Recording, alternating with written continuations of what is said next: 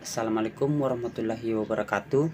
Perkenalkan, kami dari kelompok 1 akan menjelaskan materi mengenai arti, fungsi, peranan dan cakupan keselamatan dan kesehatan kerja, dan dengan beranggotakan yaitu Andi Sahrul Ramadan Rasid, yaitu diri saya sendiri, yang kedua Hikmah Febrianti, dan yang ketiga Meldania.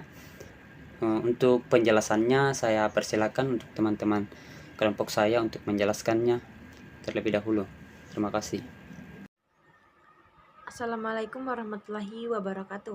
Perkenalkan, nama saya Hikmah Febrianti, anggota dari kelompok 1, akan menjelaskan tentang rasional ketiga dan arti ketiga. Rasional ketiga yang pertama, selalu ada resiko kegagalan atau risk of failures pada setiap proses atau aktivitas pekerjaan. Yang kedua, kecelakaan kerja atau work accident sekecil apapun akan mengakibatkan efek kerugian atau loss, mengganggu proses produksi secara menyeluruh, rusaknya lingkungan kerja, serta berdampak pada masyarakat.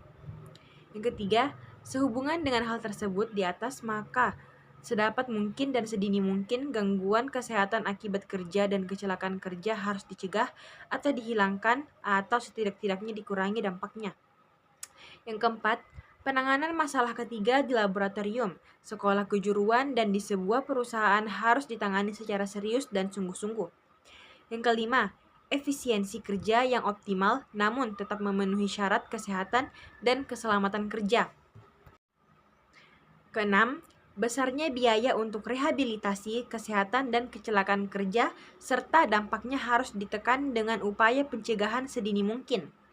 Yang ketujuh, perlu tindakan yang efisien untuk mengatasi bahaya atau potensi hazard yang timbul di tempat praktek atau tempat kerja.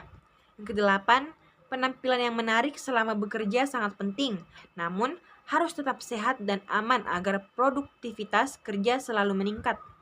Yang kesembilan, penyakit akibat kerja atau PAK dan keselamatan kerja atau KK di kalangan atau sivitas akademika dan non-akademika di Indonesia belum terekam dengan baik.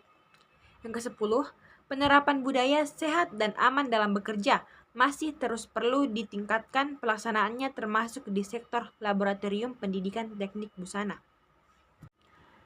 Arti K3. Pengertian ketiga adalah upaya untuk meningkatkan dan mempertahankan kesehatan fisik, mental, dan sosial pada tingkat tertinggi untuk semua jenis pekerjaan, mencegah masalah kesehatan akibat pekerjaan, dan melindungi pekerjaan dari resiko kerja. Arti ketiga atau keamanan, kesehatan, dan keselamatan kerja secara khusus dapat dibagi menjadi dua, yaitu yang pertama, ketiga secara keilmuan. Ketiga merupakan ilmu pengetahuan dan penerapannya dalam upaya mencegah terjadinya kecelakaan dan penyakit akibat kerja. Yang kedua, pengertian ketiga secara filosofis, suatu upaya yang dilakukan untuk memastikan keutuhan dan kesempurnaan jasmani dan rohani tenaga kerja pada khususnya dan masyarakat pada umumnya terhadap hasil karya dan budaya menuju masyarakat adil dan makmur. Keamanan, kesehatan, dan keselamatan kerja merupakan salah satu hal penting yang wajib diterapkan oleh semua perusahaan. Hal ini juga tertuang dalam Undang-Undang Ketenagakerjaan Nomor 13 Tahun 2003 Pasal 87. Assalamualaikum warahmatullahi wabarakatuh. Perkenalkan, nama saya Andi Sahrul Ramadan Rasid dari kelompok 1. Di sini saya akan menjelaskan materi mengenai fungsi ketiga. Pada pelaksanaan ketiga memiliki fungsi yang cukup banyak dan bermanfaat, baik bagi perusahaan maupun bagi pekerja. Berikut ini adalah beberapa fungsi ketiga secara umum. Yang pertama, sebagai pedoman untuk melakukan identifikasi dan penilaian akan adanya risiko dan bahaya bagi keselamatan dan kesehatan di lingkungan kerja. Yang kedua, membantu memberikan saran dalam perencanaan, proses organisir, desain di tempat kerja, dan pelaksanaan kerja. Yang ketiga, sebagai pedoman dalam memantau kesehatan dan keselamatan para pekerja di lingkungan kerja. Yang keempat, memberikan saran mengenai informasi, edukasi, dan pelatihan mengenai kesehatan dan keselamatan kerja. Yang kelima, sebagai pedoman dalam membuat desain pengendalian, metode, prosedur, dan dan program.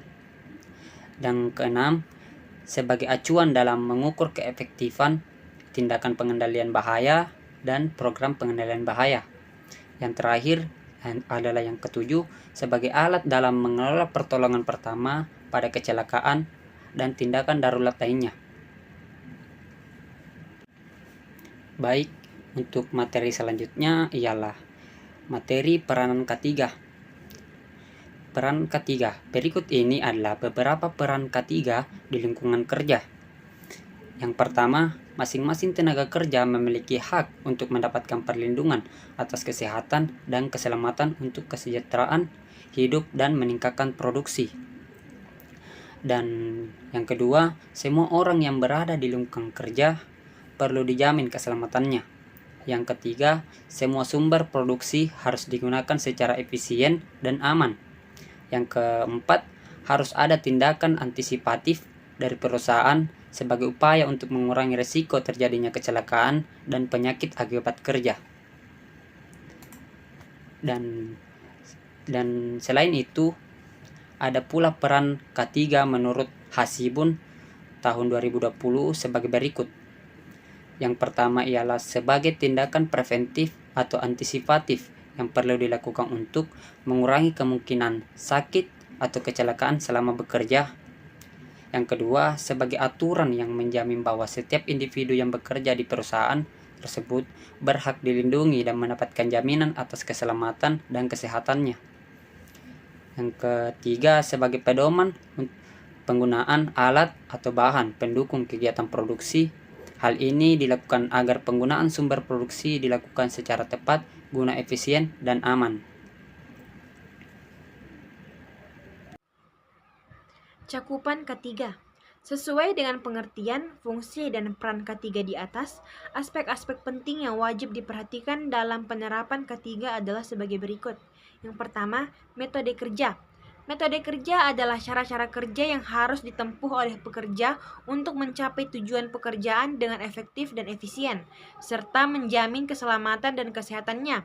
Contohnya, seorang pekerja wajib diberi pengetahuan cara mengoperasikan mesin produksi, serta apa yang dilakukan untuk melindungi diri apabila sesuatu yang membahayakan terjadi. Yang kedua, lingkungan kerja. Lingkungan kerja menunjuk pada lokasi di mana para pekerja melakukan aktivitas kerja. Situasi dan kondisi lingkungan kerja harus layak. Aspek aliran udara yang lancar, penerangan yang baik, serta kebersihan lingkungan menjadi 3 poin mendasar untuk menekan potensi terjadinya kecelakaan kerja atau persebaran penyakit. Yang ketiga, alat kerja dan material. Semua alat kerja serta material produksi yang digunakan harus memperhatikan aspek K3. Apabila terdapat alat atau material yang berbahaya, maka harus diketahui dengan baik bagaimana cara menggunakannya. Maka terkait dengan itu, para pekerja harus dibekali edukasi tentang jenis-jenis alat atau material berbahaya yang ada di lingkungan kerja. Dikarenakan hal ini berpengaruh terhadap standar kesehatan dan keselamatan kerja. Berikut beberapa jenis bahaya dalam K3. Yang pertama, jenis bahaya kimia. Jenis bahaya kimia dapat berasal dari berbagai material kimia yang berpotensi berbahaya bagi kesehatan jika tersentuh atau terhirup oleh pekerja. Yang kedua, jenis bahaya fisika. Sesuai dengan namanya, bahaya jenis fisika berasal dari bermacam hal yang terkait dengan fisika yang berpotensi berbahaya bagi kesehatan tubuh serta keselamatan pekerja, seperti suara mesin yang terlalu keras sehingga dapat berpotensi merusak pendengaran. Yang ketiga, jenis bahaya aktivitas pekerjaan. Jenis bahaya yang satu ini berdasarkan aktivitas pekerjaan yang berpotensi tidak baik bagi kesehatan dan atau aktivitas kerja yang mengancam keselamatan jiwa pekerja. Di antaranya yaitu yang pertama, penerangan yang sangat minim di lokasi kerja. Hal ini berpotensi merusak penglihatan. Yang kedua, pekerjaan mengangkut barang atau material yang menggunakan manusia secara langsung sehingga berpotensi mengakibatkan luka atau cedera. Baik, terima kasih. Sekian presentasi kelompok kami. Apabila ada kekurangan dalam presentasi kami pada kali ini mohon dimaafkan. Wabillahi taufiq wal hidayah. Wassalamualaikum warahmatullahi wabarakatuh.